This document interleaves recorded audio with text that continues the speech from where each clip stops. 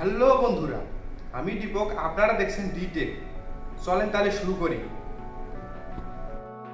তো hello viewers, আজকে আমি আপনাদের শেখাবো যাদের ফোনের চার্জ খুব দ্রুত ফুরিয়ে যায় এর সলিউশন।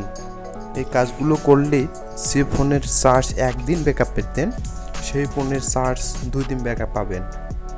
তো চলুন বন্ধুরা, শুরু করা যাক আজকের ভিডিও।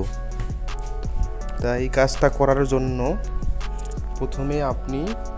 সর্বপ্রথমে একটা সিম্পল কাজ করে নেবেন বন্ধুগণ। এখানে দেখবেন যে অটো ব্রাইটনেস এটা যদি অন থাকে এটা অফ করে দিবেন বন্ধুগণ, কারণ অটো ব্রাইটনেস থাকলে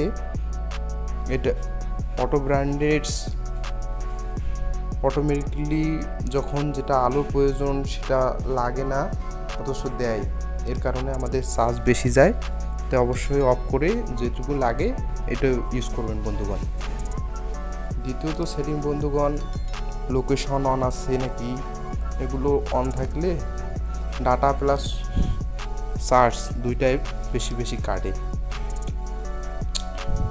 তৃতীয় যেটার কথা বলবো বন্ধুগণ, সেটা হচ্ছে খুব গুরুত্বপূর্ণ সেটিংস, এটা জানতে হবে বন্ধুগণ। তো প্রথমে সেটিংসে যাওয়ার পর বন্ধুগণ এখানে দেখবেন যে ব্যাটারি নামে একটা অপশান আছে। এই ব্যাটারি নামের অপশানে যাব। তো এখানে দেখাচ্ছে বন্ধুগণ আমার ফোনটায় এই 87% চার্জ দিয়ে 36 ঘন্টা 26 মিনিট চলবে।